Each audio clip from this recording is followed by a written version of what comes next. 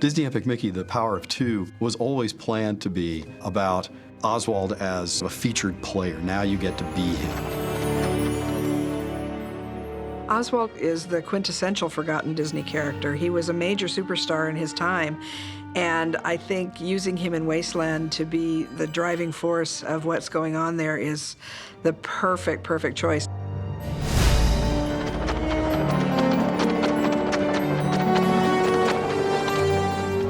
The first game was always about reintroducing Oswald, reminding the world who he was. In The Power of Two, we really can have this relationship develop in ways that we couldn't before. Walt Disney and iWorks created Oswald the Lucky Rabbit in response to a request from Charles Mintz, who was their distributor. They wanted a new character and created a cartoon called Trolley Troubles. It came out in 1927 and was an instant hit pretty much with the public.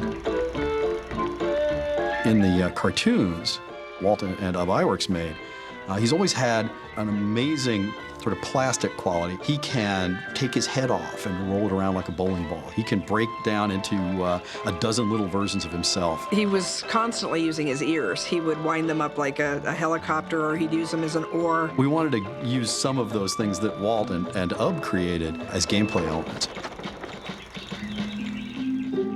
When Walt went back to New York to renegotiate the next year's series of cartoons, Charles Mintz told him at the time, not only am I not going to give you more money for these cartoons, but I actually own the character through your contract, and I've hired away most of your animators, and so you're going to have to do things the way I want you to.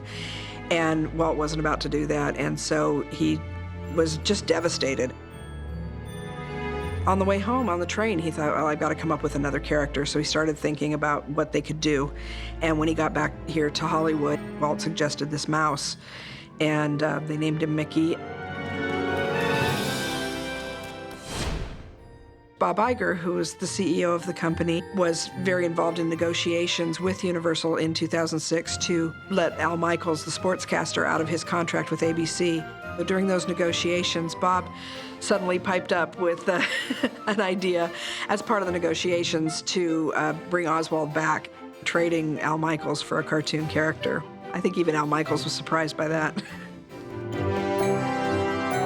Having something like this come up, something cutting edge and brand new, reawaken an interest in a character that's been gone for over 80 years is really exciting to a historian. But the fact that he's taking that next step is huge for me. I love that little guy to death, and I want to see him as big and as famous as Mickey. So this is his next step towards having his own star on the Hollywood Walk of Fame, you know?